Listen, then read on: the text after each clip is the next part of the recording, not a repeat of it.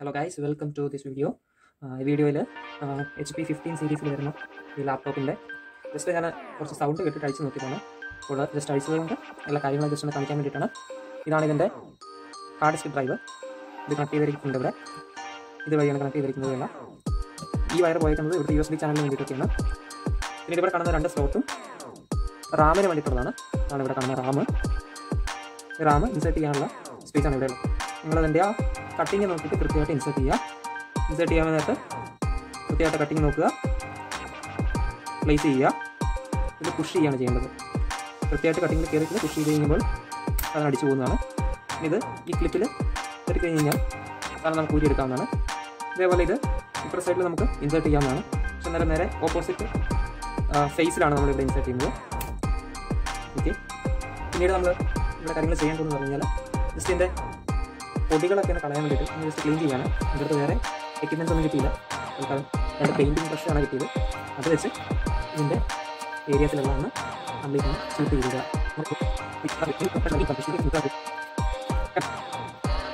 ഇത് ഇവിടെ ഉണ്ടായിരുന്ന ഹീറ്റ് സിങ്ങിൻ്റെ പ്ലേറ്റാണ് കാണുന്നത്, പേസ്റ്റിംഗ് ആണ് കാണുന്നത്.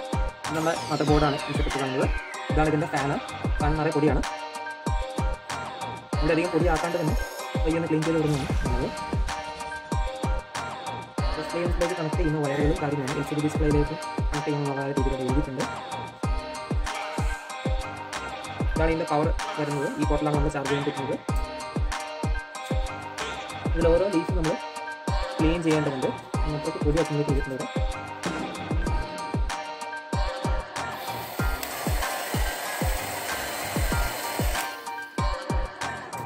ഞാൻ ജസ്റ്റ് എൻ്റെ കയ്യിൽ വേറെ ഡിവൈസ് ഒന്നും ഇല്ലാത്തതുകൊണ്ട് എയർ ഡ്രയർ എടുത്തിട്ട് ചെയ്തതാണ്. ഇത് വേഗം ഹീറ്റ് ചെയ്യുന്നതുകൊണ്ട് നോക്കിയിട്ടും കണ്ടിട്ട് തന്നെ ചെയ്യണം. ഇത് നിങ്ങൾ പ്രൊഡക്റ്റിന് നിങ്ങൾ ഡാമേജ് ചെയ്യുന്നതായിരിക്കും. ഇതിൻ്റെ സ്പോഞ്ചെല്ലാം ഏകദേശം ചെയ്യാനായി. ഇതൊക്കെ തന്നെയായിരിക്കും മിക്കവാറും ഇതിൻ്റെ പൊടിയായിട്ട് നമുക്ക് ചെയ്യുന്നതിനുള്ള ഈ പൊടി തന്നെ ആയിരിക്കും ഇതിൻ്റെ പൊടി തന്നെ ആയിരിക്കും അടുത്ത് കയറിയിട്ടുണ്ടാകും. ഈ ഹോൾസ് എല്ലാം കയ്യിൽ ക്ലീൻ ചെയ്തില്ല. ഇത് 2 USB ആണ്. ഇത് HDMI ആണ്, ഡേറ്റർനെറ്റിൻ്റെയാണ്. ഇത്രയാണ്. ഇതിനകത്ത് വേറെ പോർട്ടുകൾ വരുന്നില്ല. ഇതുമാണ് സ്പീക്കേഴ്സ് വരുന്നത്. അവിടെയാണ് കൃത്യമായിട്ട് ക്ലീൻ ചെയ്യുന്നത്. ഇതിനകത്ത് ക്ലീൻ ചെയ്യേണ്ടത് ഇതിൻ്റെ ഹീറ്റ് സിങ്കാണ്. ഇത് ഇതിൽ പേസ്റ്റ് വെച്ചിട്ടുണ്ട്. ഈ പേസ്റ്റ് ഇവിടെയാണ് നമ്മൾ കത്തിക്കുന്നത്.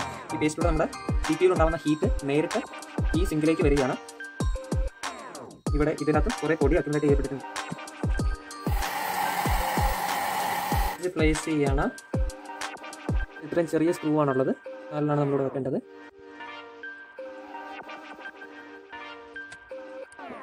ഇത്രയാണ് നമ്മൾ ഇതിനകത്ത് ഇപ്പോൾ ചെയ്യേണ്ടത്. ഞാൻ ജസ്റ്റ് ഇത്രയും അഴിച്ചിട്ടുള്ളൂ, വേറെ ഒന്നും ഞാൻ അഴിച്ചില്ല. റാം കൃത്യമായിട്ട് നമ്മൾ പ്ലേസ് ചെയ്യുക. നേരത്തെ ഞാൻ ഇവിടെയായിരുന്നു റാം ഇരുന്നത്.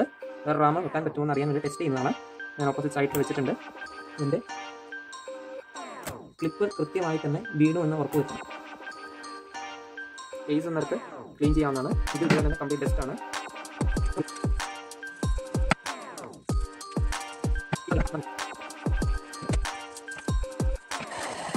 നമ്മളതിൻ്റെ കേസിങ് പ്രോപ്പറായിട്ട് തന്നെ സീൽ ചെയ്യാന്നുള്ളതാണ് നെക്സ്റ്റ് ചെയ്യേണ്ടത്.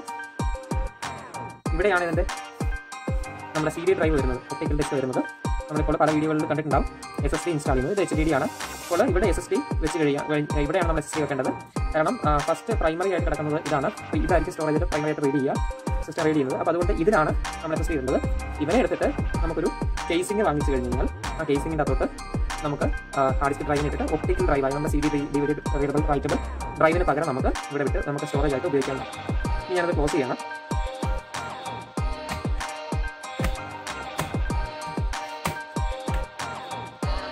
ഓക്കെയാണ് നമ്മൾ ഇതിനകത്ത് ഇടാനുള്ളത്. ഫസ്റ്റ് നമുക്ക് ഇവിടെയുള്ള സ്ക്രൂ ഇടാം. ഇതിൻ്റെ അടിയിൽ സ്ക്രൂ ഉണ്ട്. ഇതൊരു പശയുണ്ട്. ഓപ്പായിട്ട് പറഞ്ഞാണെങ്കിൽ ഇതിൻ്റെ അടിയിലാണ്, ഇവിടെയാണ് നമ്മൾ സ്ക്രൂ ഇടേണ്ടത്. പശ പൊളിച്ച് കളയാതിരിക്കാൻ വേണ്ടിയിട്ട് ഓപ്പായിട്ട് ഇങ്ങനെ വെച്ച് കഴിഞ്ഞാൽ നമ്മൾ ഗ്രൗണ്ടിൽ വെക്കുമ്പോൾ ഇത് പോകാതിരിക്കാൻ വേണ്ടി നമുക്ക് റബ്ബർ ഡിസ്കാണില്ല. ഡിസ്കിൻ്റെ അടിയിലാണ് 2 സൈഡിൽ ഓരോ സ്ക്രൂ ഉണ്ട്. അതാദ്യം നമുക്ക് ടൈറ്റ് ചെയ്യാം. വർക്ക് ചെയ്യുന്ന ടെസ്റ്റ് ചെയ്യുന്നുണ്ട്. കംപ്ലീറ്റ് ഇടുന്നില്ല. ഇതാണ് നമ്മുടെ ഒപ്റ്റിക്കൽ ഡ്രൈവ്. സാധാരണ CD ഡ്രൈവ് സ്വിച്ച് നോക്കുമ്പോൾ നമ്മൾ സാധാരണ വരുന്നത്. അപ്പോൾ കൃത്യമായിട്ട് നോക്കിയിട്ട് ഇതാണ് ഇവിടുത്തെ സ്ക്രൂവിൽ ഇതാണ് ലോക്ക് ചെയ്യപ്പെടുന്നത്. അതിനനുസരിച്ച് കൃത്യമായിട്ട് ഇത് പൊസിഷൻ ചെയ്ത് ഉള്ളിലേക്ക് തള്ളി വിടുക. കൃത്യമായിട്ട് കയറി നോക്കി വരുത്തുക. ഇത് തൂത്തുപ്പൊടി ഇട്ടിട്ട് പൊടിയാണിത്. അതോടൊപ്പം തന്നെ കുറച്ച് പ്ലാസ്റ്റിക് പാർട്സ് ഇത് ഈ ഫാനിൻ്റെ ഉള്ളിൽ കിടന്ന് അടിക്കുന്നുണ്ടായിരുന്നു. ഇത് ഭയങ്കര സൗണ്ട് കേൾക്കുന്നുണ്ടായിരുന്നു. അതിൻ്റെ ഉള്ളിൽ കിടന്ന് അടിച്ച് വെച്ചുണ്ടാക്കിക്കൊണ്ടിരുന്നത്. എന്താ തോന്നുന്നേ?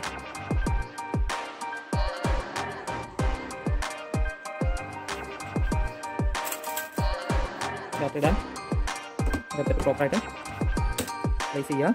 ലോക്ക് വീണ്ടും ഒന്ന് ഉറപ്പ് വരുത്തുക.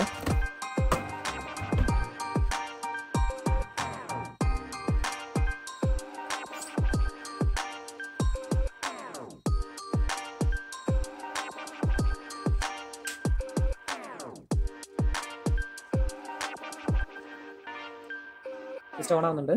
ഇപ്പോൾ ഇവിടെ സക്സസ് ആണ്. സൗണ്ട് ഇല്ല ഇപ്പോൾ. Guys, thank you for watching this video.